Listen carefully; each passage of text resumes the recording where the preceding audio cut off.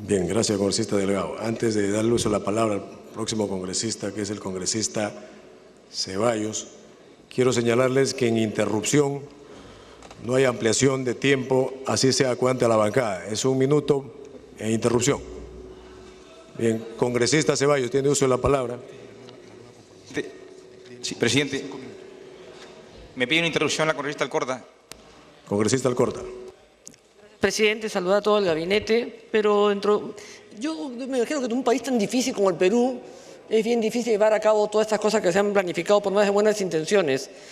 Pero en el tema del voto de confianza, Premier, y el ministro de Defensa y del Interior, no solamente es el tercer gabinete, es el cuarto ministro de Defensa, el cuarto ministro del Interior, y que antes de estar sentados prácticamente a las 24 horas piden un voto de confianza y compras en una central de compras, cuando efectivamente hemos tenido al hermano presidente yéndose a Rusia, cuando efectivamente se ha implicado una serie de compras, cuando hemos pasado en este gobierno, hemos pasado por Venezuela, hemos pasado por Brasil, hemos terminado en Corea, y si ponemos antecedentes hemos estado en China, hemos pasado por Bielorrusia y Rusia, por eso nunca podemos comprar nada, porque siempre estamos pasando viendo la coima, viendo la corrupción, por eso no se puede comprar nada, y la central de compras tampoco nos garantiza. Es un problema enorme, pero el acto de corrupción está realmente presente en nuestras vidas. ¿Cómo hacer para dar un voto de confianza en materia de defensa nacional y de seguridad ciudadana si ayer hemos visto la barbaridad y la vergüenza?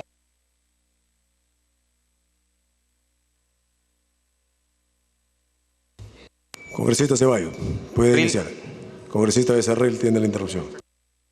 El congresista oficialista habla de corrupción y se olvida que el hermano del jefe de todos ustedes está haciendo negocios ilegales con el Estado. Eso se llama corrupción, les guste o no les guste. ¿Qué va a hacer el presidente? ¿Se va a hacer el enojado, el que no conocía? ¿O va a enviar a Alexis a la base naval del Callao a hacerle compañía a Antauro Humala? Gracias, presidente. Congresista Ceballos. Gracias, presidente. Bueno, gracias por la oportunidad. Hoy pensé que iba a ser un escenario diferente, presidente, porque después de haber escuchado en su mensaje el 28 de julio al presidente de la República, donde está obligado a dar un mensaje situacional, entendíamos que hoy día se iba a dar un mensaje mucho más concreto, en políticas específicas. Y quiero compartir lo expresado por la congresista Verónica Mendoza, como representantes de la Macro-Región Sur. No se ha dicho absolutamente nada de lo que es gasoducto. En buena hora que esté aquí el ministro Jorge Merino, inalcanzable para nosotros, y espero que hoy día pueda tomar debida nota de las observaciones que le vamos a trasladar. Sin embargo, me voy a permitir 2 interrogantes iniciales. Uno, no se ha dicho ayer, ni mucho menos hoy, absolutamente nada de lo que es la reexportación del gas. 10 embarcaciones y por un monto que superan los 125 millones. ¿No estamos hablando de corrupción, de fiscalización? Creo que es una tarea pendiente. Lo segundo, presidente, se nos ha hablado con mucha alegría y nacionalismo, obviamente, de que el lote 88 era para el consumo nacional. Señor Premier, no hay una sola adenda suscrita, más que gestos de buena voluntad. Y a efecto de ello, es importante exigir que nos definamos por una real política energética, que dicho sea de paso, no la tenemos. Y la mejor evidencia es el proyecto de ley presentado a este Congreso del ducto de etano para el sur. Hasta antes del 28 de julio del presente año no existía ese proyecto y a efecto de ello no tiene estudio de factibilidad económica, financiera ni técnica. Tener definida una política energética significa un orden de prioridades en la inversión, identificados los proyectos, y eso no existe. Quiero compartir, Premier, el mensaje expresado por el presidente Ollanta Humala el 30 de marzo del presente año. Decía el presidente: hoy anunciamos al país y a Quillabamba de que no solamente se constituye el polo petroquímico en el sur, gasoducto de más de 1000 kilómetros de longitud, sino también traeremos la planta de fraccionamiento.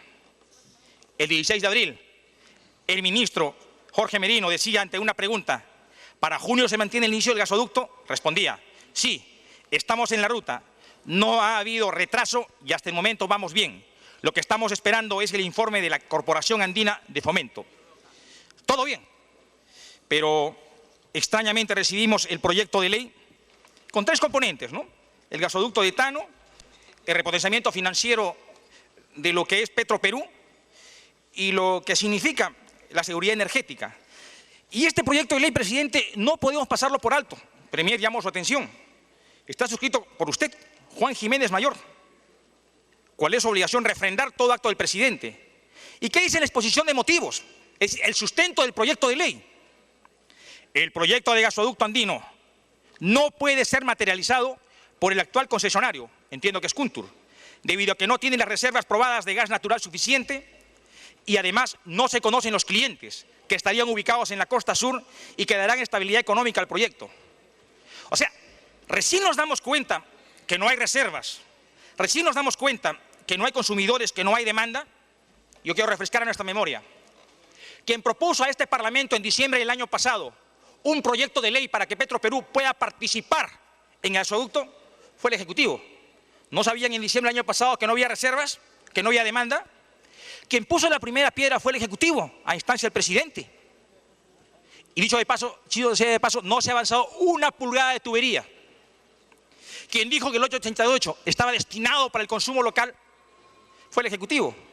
Y finalmente, quien se comprometió a un crédito puente de 400 millones para la primera etapa del gasoducto fue el Ejecutivo. Y me pregunto, Premier, ¿no sabíamos acaso que no había reservas y más aún que no había demanda? Realmente, y comparto lo expresado por el congresista Bruce, estamos cayendo en una expresión bastante fuerte, la improvisación. Y digo improvisación porque no tenemos conceptos definidos de lo que se quiere por polo petroquímico, de lo que se quiere por un auténtico desarrollo. Decía un especialista en la materia que el gasoducto era el proyecto más inclusivo, más descentralista y que en décadas nos va a permitir integrar al sur del país. Y sin embargo, a través de este proyecto de ley no estamos más que alimentando su postergación.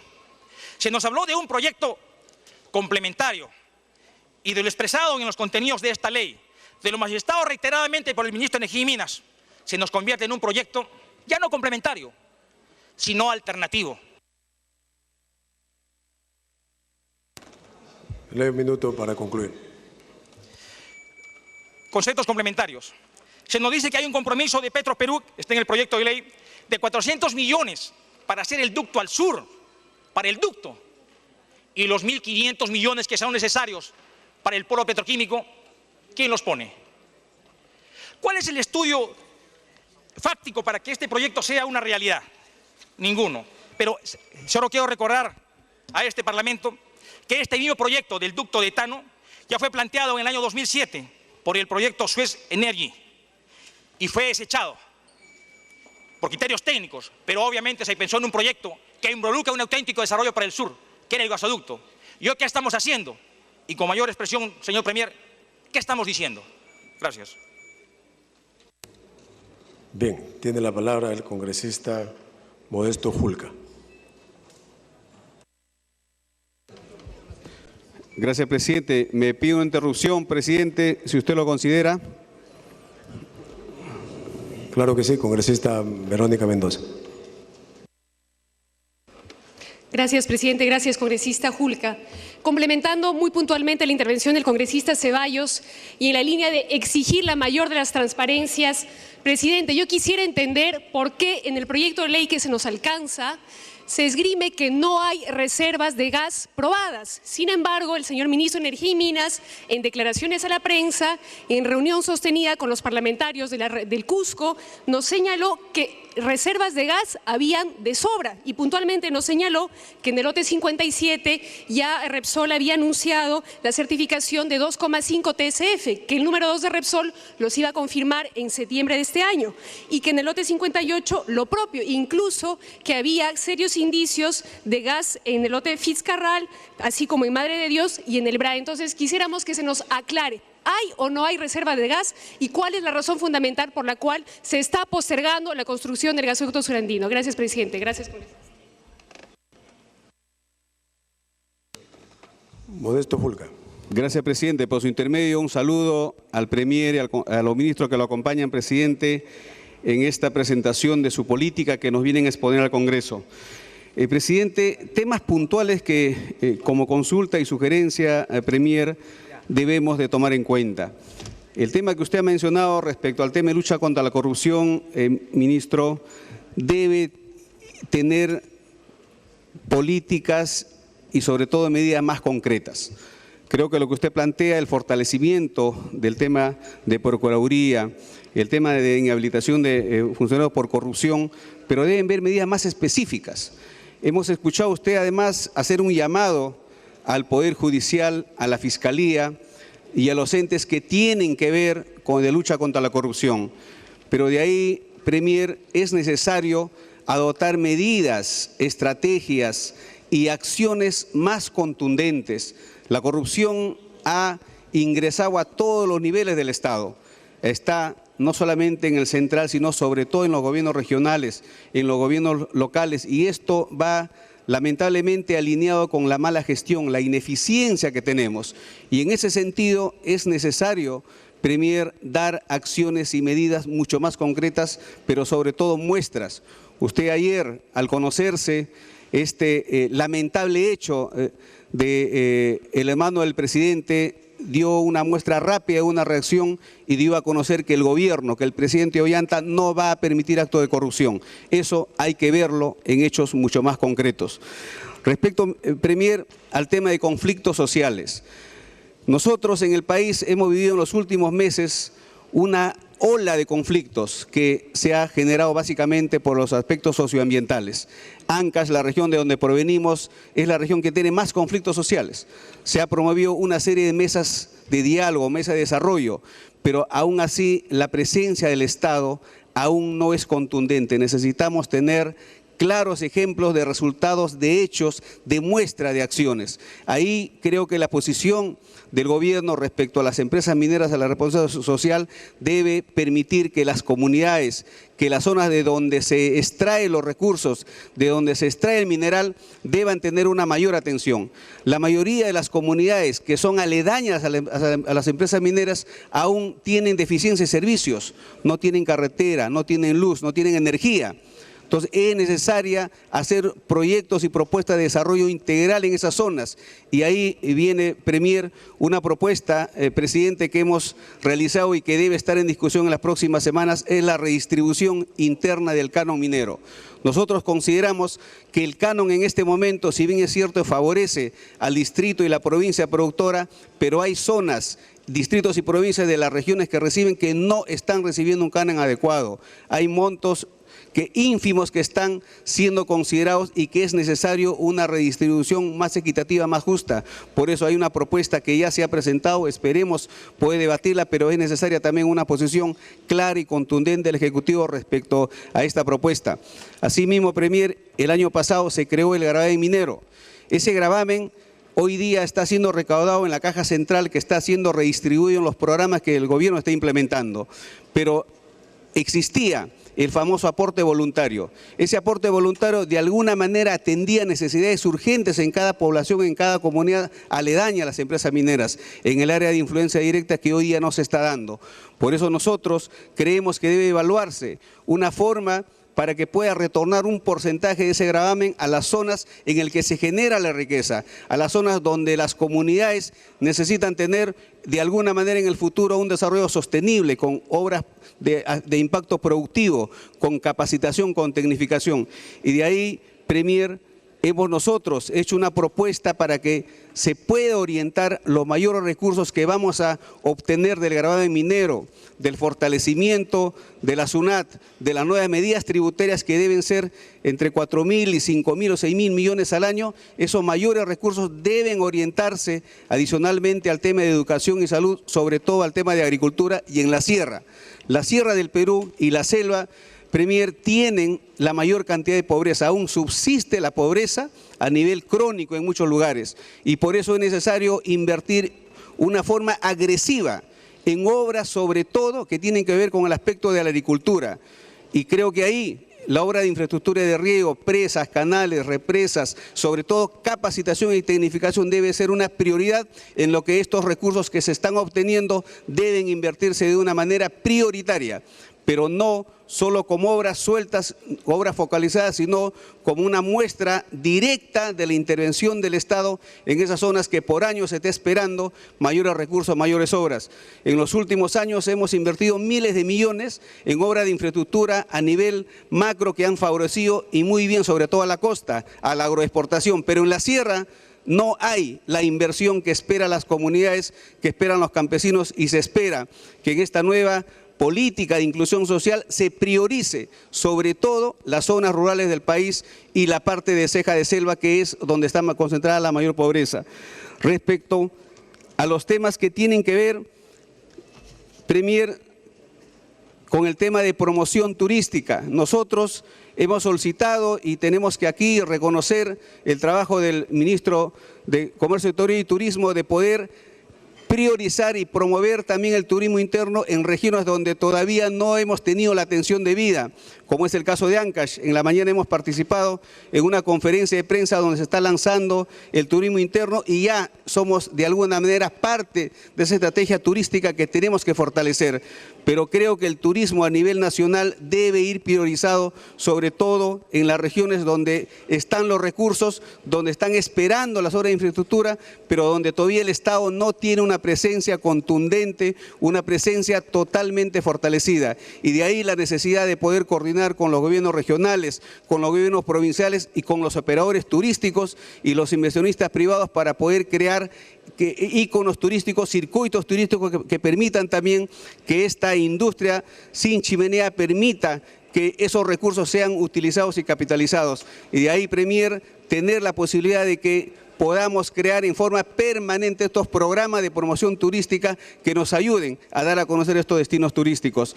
En el aspecto que tiene que ver con la educación, nosotros creemos que no solamente es un aspecto de mayor presupuesto, no solamente es un aspecto que tiene que ver con el mejoramiento del aspecto remunerativo de los profesores, sino con una decisión integral. Necesitamos que la educación pueda llegar con el aspecto de salud, con el aspecto de alimentación, sobre todo a las comunidades y pueblos rurales. Y ahí la necesidad que se debe revisar el aspecto que se entregó las direcciones de educación a los gobiernos regionales. Muchos de ellos no están funcionando adecuadamente. No hay una coordinación que debería haber entre el gobierno central y las direcciones regionales que hoy día son manejados por los gobiernos regionales. Creo que es necesario de alguna manera tener la posibilidad de que sean revisadas y, si es necesario, tener en cada región una política educativa especial, focalizada para las zonas que corresponden en respecto sobre todo de las comunidades. Premier, con esto creo que este Congreso lo que espera y el país lo que espera es que en esta nueva etapa del gobierno podamos no solamente tener y implementar los programas que se están implementando de asistencia, de mejoramiento, de calidad, sobre todo programas y proyectos productivos que permitan, repito, dar sostenibilidad a las acciones que hace el Estado. O sea, los programas de subvención, de asistencia, bienvenidos para el tema de pobreza, pero lo que necesitamos es priorizar obras y proyectos sostenibles que generen economía, que generen capacidades, que utilicen los recursos de acuerdo a cada región. En ese sentido, creo que los recursos que hoy día tenemos podremos de alguna manera darle una posibilidad de una mejor utilización, de una mejor inversión. En ese aspecto, creo que a nivel regional, sobre todo, debe de haber una política mucho más coordinada, mucho más consensuada. Vemos a las regiones como entes prácticamente aislados. En muchas ocasiones no se involucran en la implementación de los programas y las políticas que el gobierno central está implementando. Ahí hay que hacer un trabajo mucho más fino de coordinación, de concertación, y de hecho nosotros los congresistas estamos también para poder apoyarlos en ese sentido. Con eso, Premier, presidente, dejo de alguna manera una inquietud y focalizo y por favor solicito el tema de la parte de agricultura, de la parte rural en las comunidades de la Sierra del Perú, que creo que es una prioridad que no debemos olvidar. Muchísimas gracias, presidente. Bien, congresista Fulca. Tiene la palabra el congresista Juan Carlos Seguren.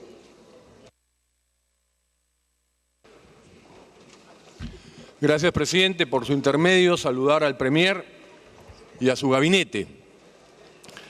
Lamentablemente, señor presidente, tengo que iniciar señalando que esperábamos del Premier, a nombre de su gabinete y a nombre del gobierno que representa, comenzar su presentación pidiéndole disculpas al país por intermedio de la representación nacional. Esperábamos un mínimo de autocrítica, porque ha transcurrido el primer año de gobierno, señor presidente, con un fracaso en materia de seguridad ciudadana y lucha contra la delincuencia. En este primer año también se ha fracasado en la lucha contra el terrorismo y el narcotráfico. En este primer año se ha fracasado, señor presidente, en el manejo de conflictos sociales y se ha fracasado en la eficiencia de la inversión pública. 4 grandes fracasos, señor presidente, que debió abordarlos el Premier y plantear los cambios y modificaciones para esos 4 grandes fracasos de gestión gubernamental. Señor presidente, estamos en el escenario de una crisis internacional.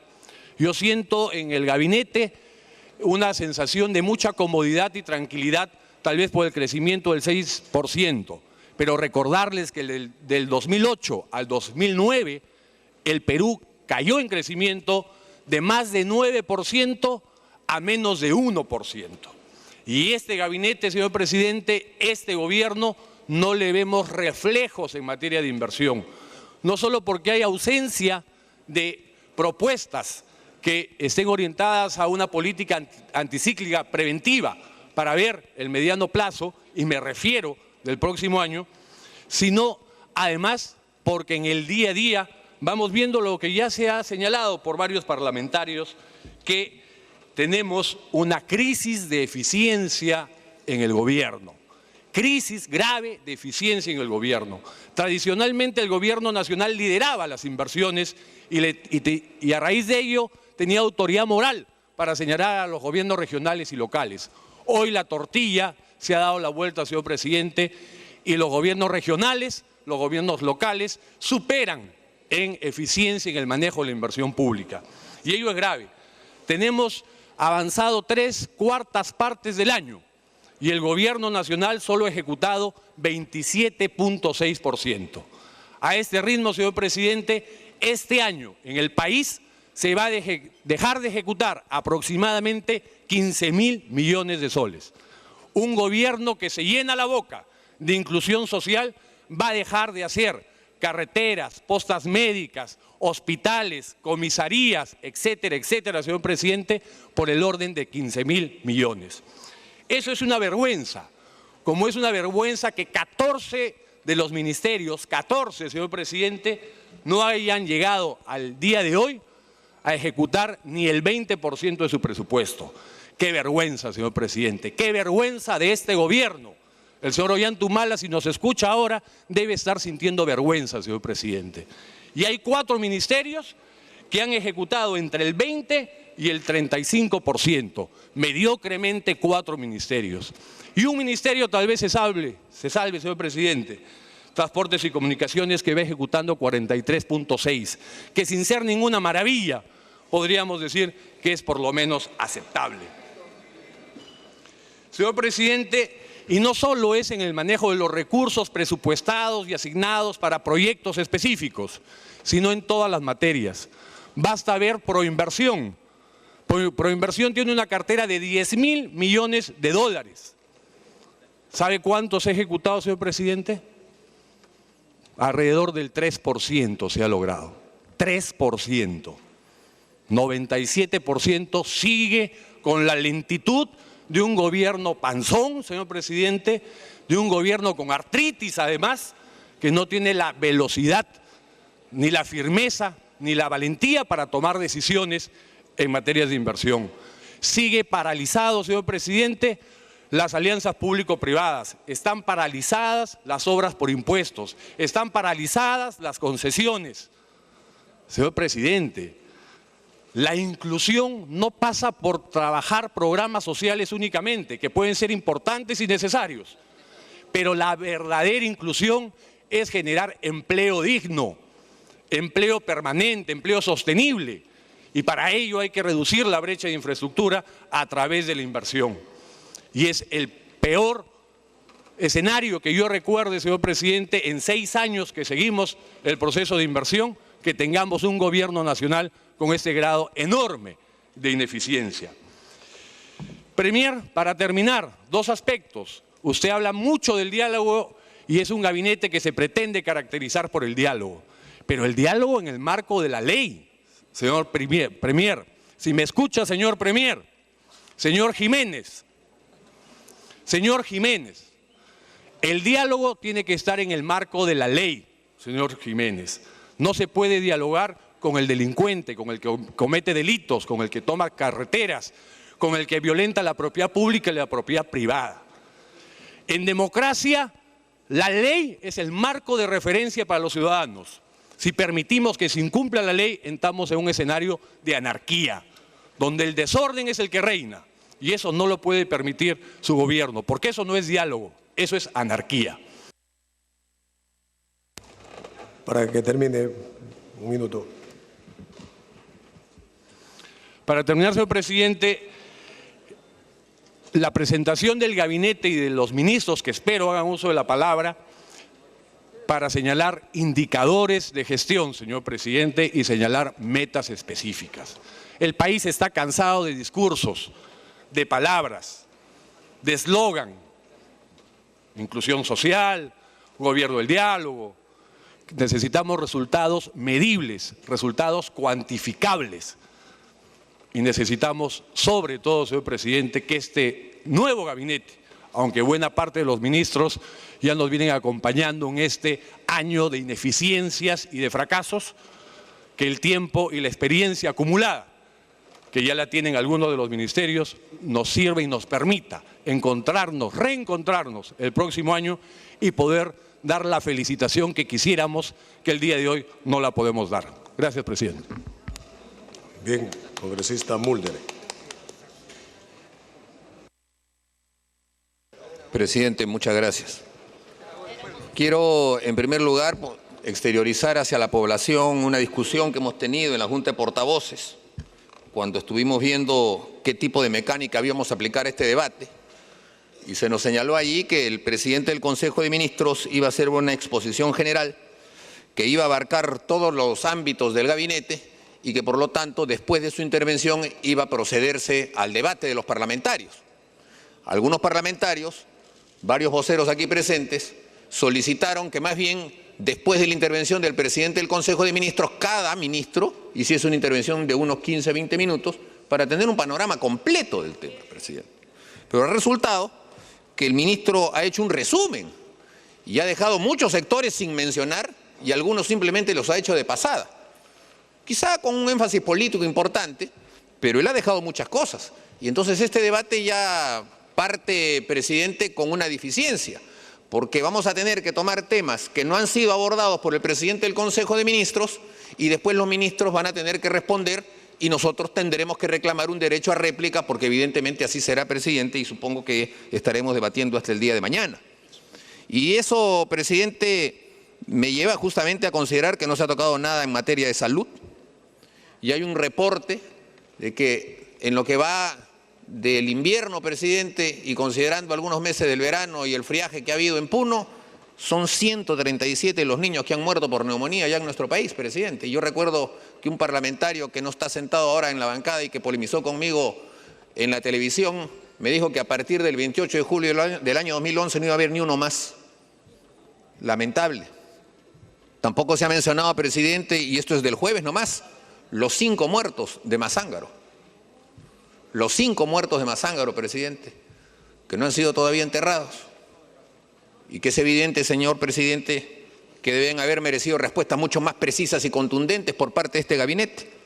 Han pasado al olvido porque también cierta prensa entretenida con otros temas los mencionó un día o 2 días y ahí quedó. Y ahí están 5 soldados más, presidentes, que han entregado su vida por la democracia y por la libertad. Y me han llamado la atención, presidente, y no quiero entrar a distintos puntos, algunos conceptos nuevos.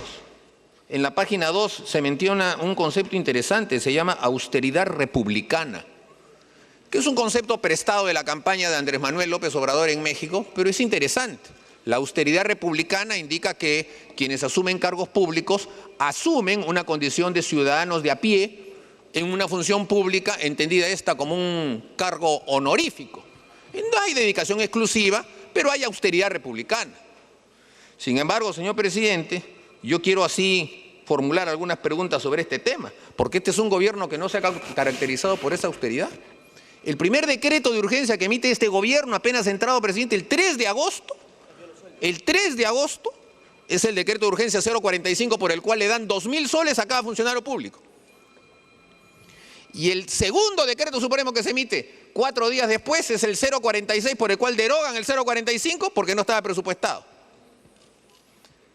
Y 2 decretos de urgencia más, señor presidente, el 051 es un decreto que tira abajo la ley que establece los sueldos topes de la administración pública en 15.600 soles, que es el sueldo del presidente de la República. Y desde entonces, señor presidente, los sueldos de los altos funcionarios del Poder Ejecutivo, nadie sabe cuántos son. Y yo he pedido para este debate, señor presidente, entrar a las páginas web, ahí están los asesores de nuestra bancada, ya llevan varias horas, siquiera un ministerio que publique los sueldos de los ministros, ni una sola página web, señor presidente.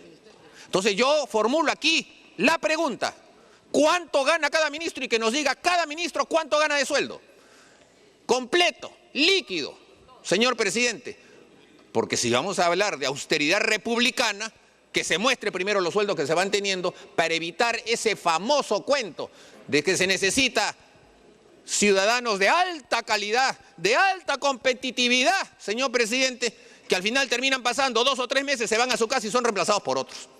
Ese tema, señor presidente, es medular, es claro, es fundamental para que nosotros podamos hablar de austeridad republicana. El primer ministro quiere... Con todo gusto, presidente, estamos en un debate.